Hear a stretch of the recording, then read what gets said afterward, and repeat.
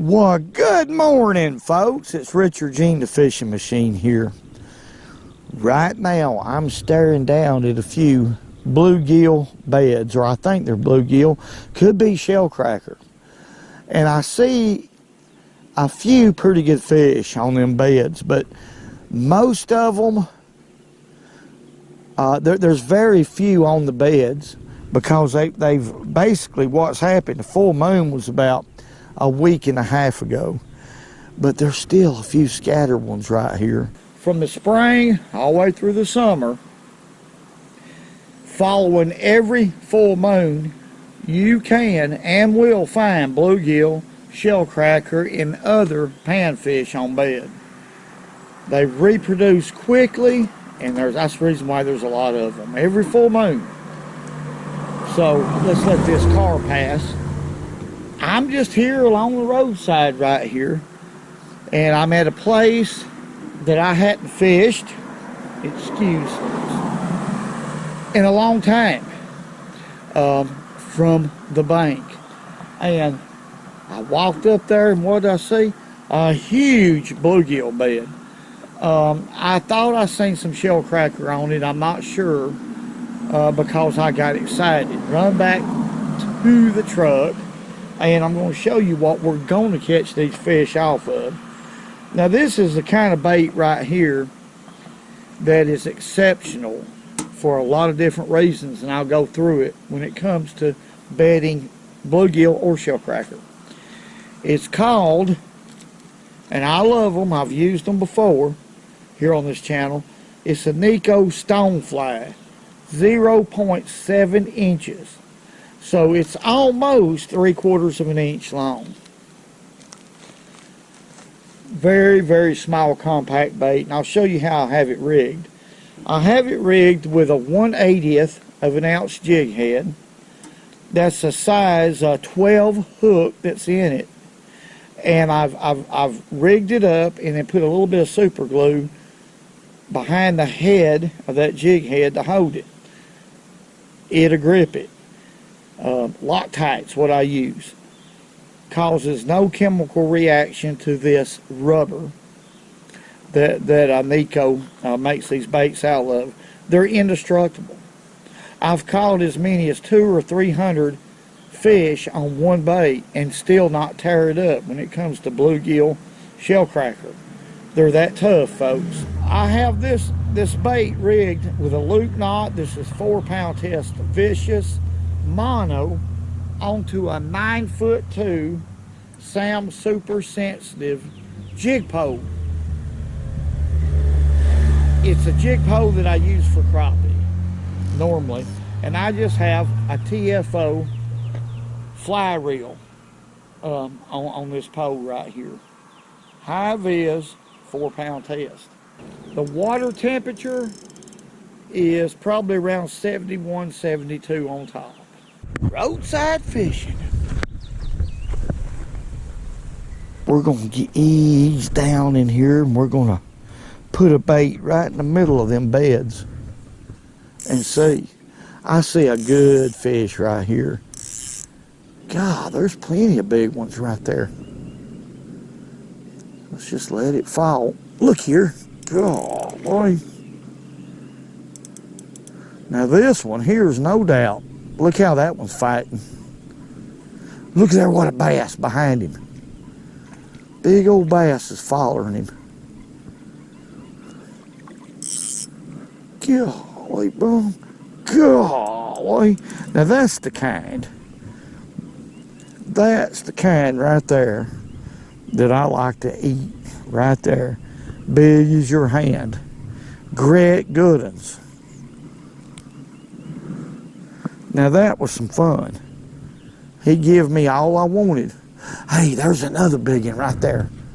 Oh my. Let's let this one go. Let's let this one go. Come on back. Them little ones is aggravating me. Hindering me from catching them big ones. Alright, let's flip it right there. There we go. Got him. Got him. Man, are you gonna quit? Hardest pulling fish I know of is a bluegill or a shellcracker for their size. They're that powerful. Now that one right there is a good one. Darn good one. Let's let him go. Come on back. So, you know, you don't, this time of the year, you don't have to have a boat to have some fun. That's a big bass right there, hanging around this bed. There's actually a couple bass. And what they're targeting, there's a shellcracker right there, little one. Y'all excuse me. I love to watch these fish. I get excited when I see them swimming around. But them bass, them big bass, will hang around these beds, and they're not looking to get the biggest bluegill. It's the ones that's about that long is the one that they're targeting. So you can catch plenty of these things.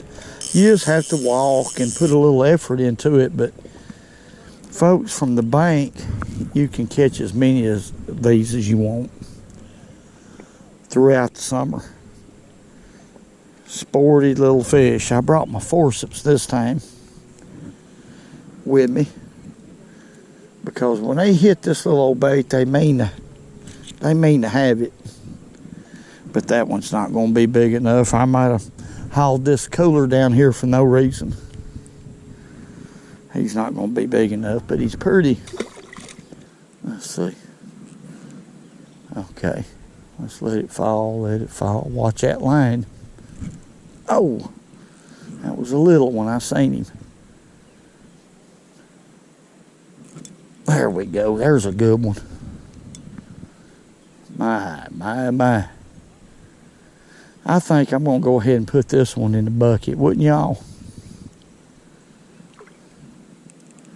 Yeah. Let's see. That's a big gill right there. I'm going to get my bucket and put him in it and bring it over here, because I believe we can catch 4 or 5 of them anyway. That's a good one. Yeah, let's do that. Let's make it worth their effort.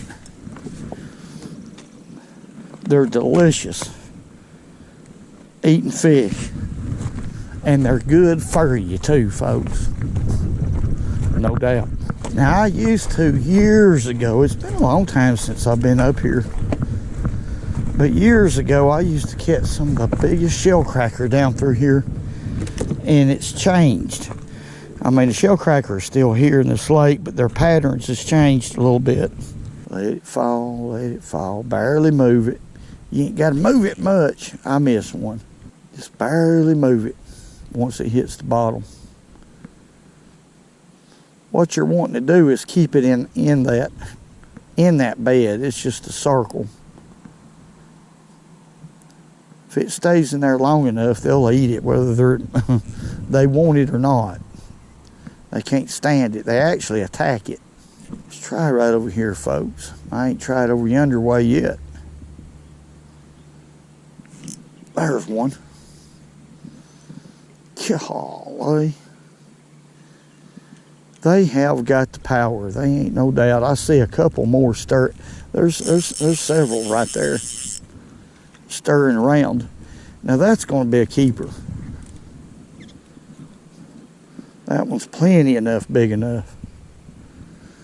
So let's put him in the bucket too. That's what we're looking for. They got to be at least that big right there before I'll keep them. At least. And that other spot, I caught really several. I was just too lazy to go walk back and get my cooler. If I had, I'd done had a bunch of them in here. But there's 2 good ones right there after I've already caught 100 fish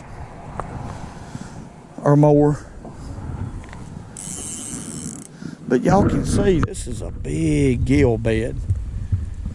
But there's just, like I said, there's just a few left on it. I guarantee you a couple days ago it was absolutely full of them. Had to be. Let's try it back over there. That was a good gill. We might catch another one. Right there. Oh, there's one. I actually seen that one come up there and eat it. Come on up here. Boy, I'm being real selective. Go on back. It's pretty simple. All you got to do is flip it out there, let it sink, watch your line. When it thumps, thump back, and let it, there we go, and let it fall. Look here. This is a good one too. It didn't even reach the bottom. Didn't even reach the bottom, and that fish hit it. Seen him when he did. He just come up and grabbed it. This is a good little old bait right here. Of course, anything that's small is good when it comes to fishing on these beds. They're very territorial, they're mad, they're aggravating, but the reason why I like these baits are worthy of talking about. These Nico baits are rubber. And I've done, sit here, I've caught 100 or more bluegill. This bait, even look, is intact, perfect. It is, I mean, and that's what you want. You can spend your time fishing instead of readjusting your bait. I say that a lot, but it's very important to just focus on your fishing instead of changing out baits. It's torn up because 2 or 3 little old fishes tore it up. All right, folks, we're back. I tell you, that was a lot of fun. That was a requested video. All I done was just park, got out, and looked for beds in 2 or 3 areas that I knew that I could park. And it was no trouble at all finding beds. They were full of fish. Remember, if you're just now starting to fish, or if you've never fished for bluegill or shellcracker, from spring all the way through summer, every time there's a full moon, those fish will bed thereafter. That's why there's plenty of them. They multiply quick, very good eating fish, and a lot of fun. I want to say God bless each and every one of y'all. Thank y'all for all the great comments, everything y'all do for this channel. Hey, whoa.